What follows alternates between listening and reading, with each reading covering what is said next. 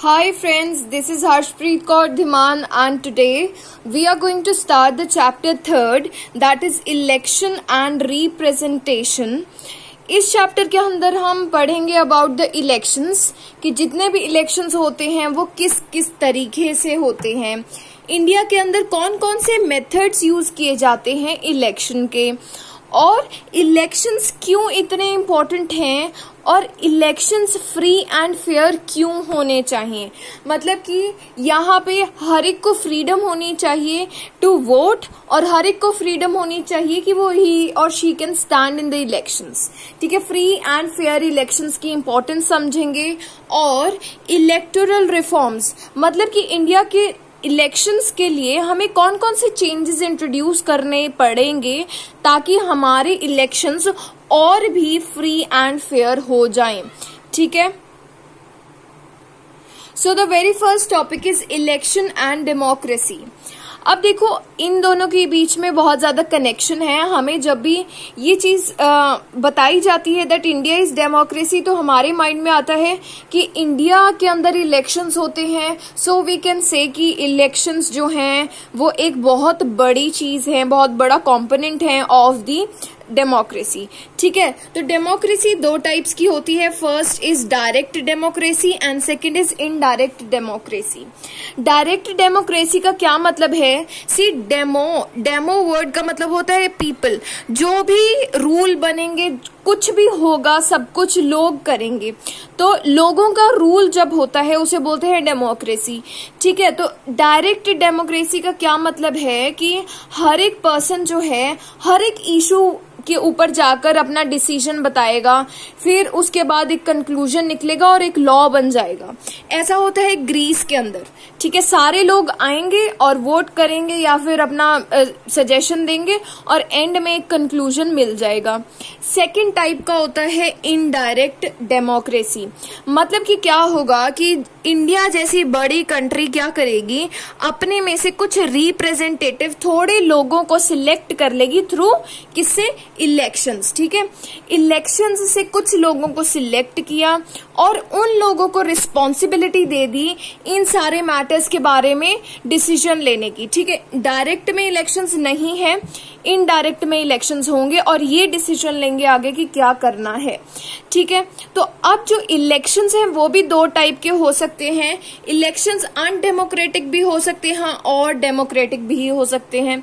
मतलब कि इलेक्शंस हो रहे हैं किसी भी कंट्री के अंदर, पर इन टर्न अगर वो किसी भी किसी भी अच्छी तरीके से लोगों को पावर नहीं दे रहा तो वो अनडेमोक्रेटिक हो जाएगा। ठीक है, कई रूलर्स क्या करते हैं, अपने रूल को सपोर्ट दिलाने के लिए गलत तरीके से इलेक्शन करा के उसके अंदर बहुत सारी अपनी इन्वॉल्व करके अपने आप को तो ऐसे जीत जाते हैं। तो उन सभी चीजों को क्या बोलते हैं? Undemocratic elections. और सेकेंड टाइप के होते हैं डेमोक्रेटिक इलेक्शंस, जो कि एक डेमोक्रेसी के अंदर होंगे, बिल्कुल फ्री एंड फेयर होंगे। ठीक है, कैसे कह सकते हैं कि कोई भी इलेक्शन फ्री एंड फेयर है? वो है कि कौन कौन लोग हैं जो कि वोट कर रहे हैं। क्या वो सिर्फ एक हाई कास्ट के लोग हैं या फिर सभी लोगों को दी जा रही है ना, कि अबव 18 इयर्स सभी लोगों के अंदर इतनी कैपेसिटी है कि ही और she can choose their best candidate. ठीक है, तो ऐसे कौन से लोग वोट कर रहे हैं? क्या सिर्फ कैंडिडेट्स जो कि इलेक्शंस में खड़े हो रहे हैं, क्या सिर्फ वो हाई कास्ट के लोग ही खड़े हो रहे हैं? कोई लो कास्ट का नहीं खड़ा हो रहा। सेकंड चीज ये है। उसके बाद आती है सुपरविजन। मतलब कि जो इलेक्शंस हो रहे हैं वो किसकी सुपरविजन के अंडर हो रहे हैं? कौन उसे देख रहा है कि क्या ये इलेक्शंस सही तरीके से चल रहे हैं? जैसे कि इंडिया के अंदर है इलेक्शन कमीशन, है ना, तो ऐसी क्या वो एक फ्री बॉडी है? उसके बाद वोट्स कैसे काउंट किए जाएंगे और वोटर्स किस बेस पे अपने कैंडिडेट को चूज कर रहे हैं, है ना, उनकी क्या मेंटेलिटी है, उससे डिसाइड होता है। इन सारे क्वेश्चन के जब पॉजिटिव आंसर्स आ जाएंगे तब हम कह सकते हैं that the election is democratic, free and fair. Right, तो इंडिया नेक्स्ट टॉपिक है। इंडिया के अंदर कौन कौन से इलेक्शन सिस्टम्स हैं? दो टाइप के हैं। First is FPTP, second is PR. ठीक है, एफपीटीपी का मतलब होता है फर्स्ट पास्ट द पोस्ट।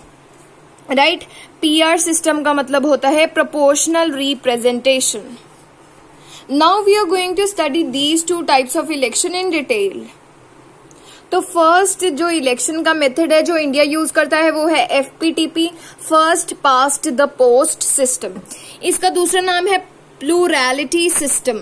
ठीक है, ये इंडिया के अंदर भी होता है और यूके के अंदर भी ये यूज किया जाता है, मतलब यूनाइटेड किंगडम्स, राइट। तो इसमें क्या होता है कि जो पूरा इंडिया है उसे क्या हमने किया है कि 543, ठीक है, ये उल्टा ऑर्डर चल रहा है तो ऐसे लर्न कर सकते हो। 543 कॉन्स्टिट्यूएंसीज को, पूरे इंडिया को 543 कॉन्स्टिट्यूएंसीज में डिवाइड कर दिया है। और हर एक जो कॉन्स्टिट्यूएंसी होगी, मतलब एक स्टेट के अंदर बहुत सारी कॉन्स्टिट्यूएंसीज होंगी, ठीक है, बहुत सारे उसके हिस्से किए गए होंगे। तो हर एक कॉन्स्टिट्यूएंसी में क्या होगा, वोटिंग होगी, ठीक है। तो क्या होगा कि फॉर एन एग्जाम्पल हमारी इस कॉन्स्टिट्यूएंसी के अंदर रहते थे वोटर्स, 10 वोटर्स रहते थे। ये बहुत ज्यादा सिंपल एग्जाम्पल है ताकि आपको समझ आ जाए। A, B, C और कैंडिडेट वहां पे थे, ठीक है, वो इलेक्शंस में खड़े हुए। तो इन 10 वोटर्स ने इन तीनों कैंडिडेट्स को वोट डाले। तो A को मिले 5 वोट्स, B को 4 एंड C को 1, ठीक है। तो क्या हुआ कि जिसके सबसे ज्यादा वोट होंगे वो इस कॉन्स्टिट्यूएंसी में जीत जाएगा, ठीक है, मतलब कि A जो है वो विनर हो गया, ठीक है। तो अब क्या होगा कि हर एक कॉन्स्टिट्यूएंसी में से एक कैंडिडेट जो है वो इलेक्ट कर लिया जाता है जिसके सबसे ज्यादा वोट होते हैं, ठीक है। तो अब इसमें क्या हुआ कि जिसके सिर्फ एक वोट कम था, ठीक है, ये सिंपल एग्जाम्पल है, एक वोट कम था, वो जो है जीतेगा नहीं, ठीक है। तो इन दोनों के जो जितने भी वोट्स थे वो वेस्ट हो गए, एक तरह से इनका कोई भी यूज नहीं हो पाया, ठीक है।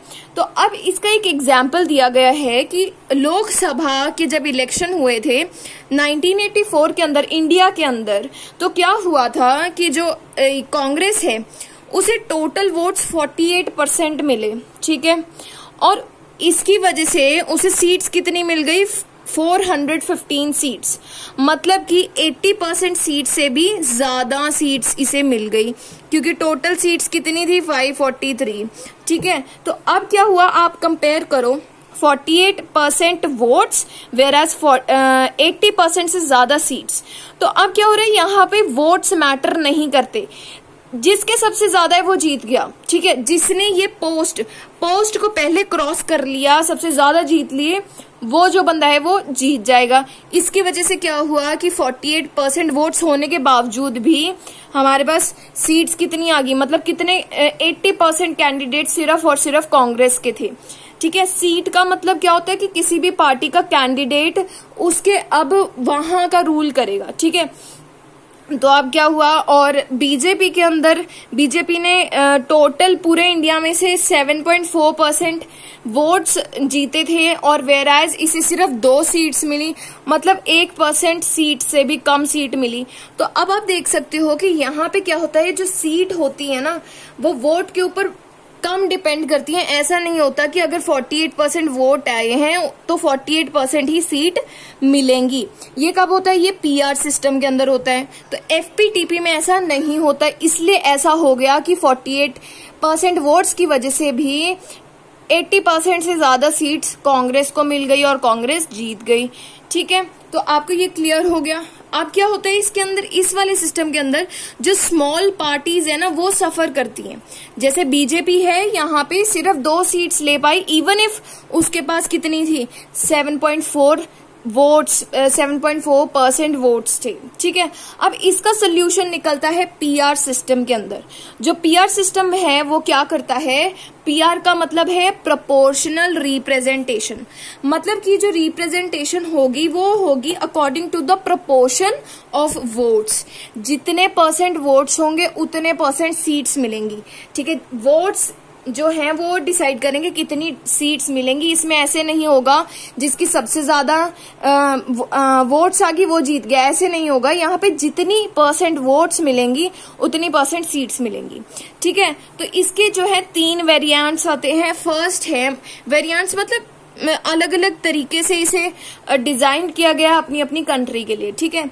तो पहला प्रोपोर्शनल रिप्रेजेंटेशन का फर्स्ट टाइप होता है कि पूरी एक कंट्री को हमने एक कॉन्स्टिट्यूएंसी मान लिया, मतलब कि इसके अंदर हमने छोटी छोटी जगहें हमने वो नहीं कर ली डिमार्केट की भाई ये एक कॉन्स्टिट्यूएंसी, ये दूसरी, ये तीसरी, ऐसा नहीं है। ठीक है, ऐसा होता है इजराइल और नेदरलैंड के अंदर। ठीक है, तो इजराइल से समझते हैं क्या है ये। इजराइल का जो लेजिस्लेचर है, मतलब कि लॉ मेकिंग बॉडी है, उसे एक नाम दिया गया है, वो है नीसेट। ठीक है, नीसेट बोला जाता है। तो इसमें क्या करा जाता है कि ऐसे डिवाइड नहीं करा गया, पूरी कंट्री को एक ही कॉन्स्टिट्यूएंसी माना गया है, ऐसी डिवीजन नहीं करी गई।